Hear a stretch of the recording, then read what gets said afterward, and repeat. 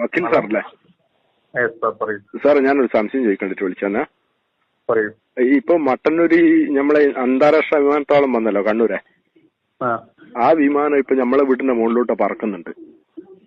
അതിനെന്തെങ്കിലും യന്ത്ര തകരാറുകൾ സംഭവിച്ചാൽ നമ്മളെ വീട്ടിന്റെ മുമ്പിലെല്ലാം വീണ് കഴിഞ്ഞാൽ നമുക്ക് ഒരുപാട് നഷ്ടങ്ങൾ ഉണ്ടാവുമല്ലോ. ഇൻഷൂർ ഞാൻ വീട് ഇൻഷൂർ ചെയ്തിട്ടില്ലല്ലോ.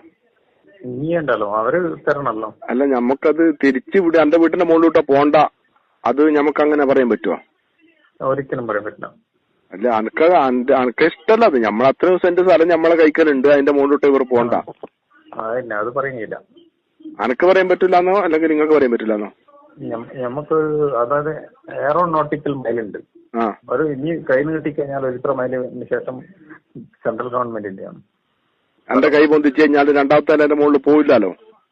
രണ്ടാമത്തെ അല്ല,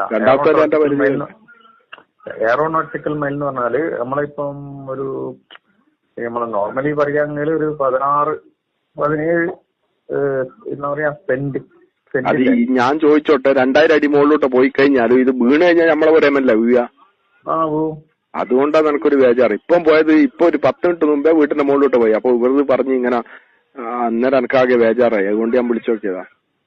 ആ വീണ് കഴിഞ്ഞാല് ഫ്ലൈറ്റ് നമ്മളെ വീട്ടിന്റെ മേലെ വീണ് കഴിഞ്ഞാല് വീടല്ല അതിന്റെ അപ്പുറം തന്നെ അവർ എടുത്തു തരണം.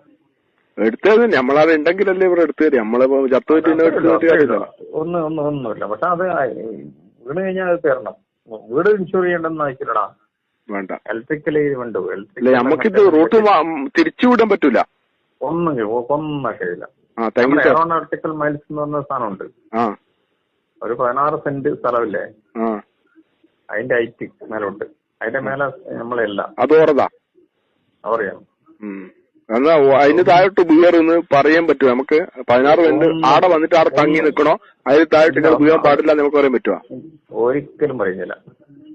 ഇതൊന്നും ഒരു നിയമമല്ല കേട്ടോ. നിങ്ങള് ഓക്കെ.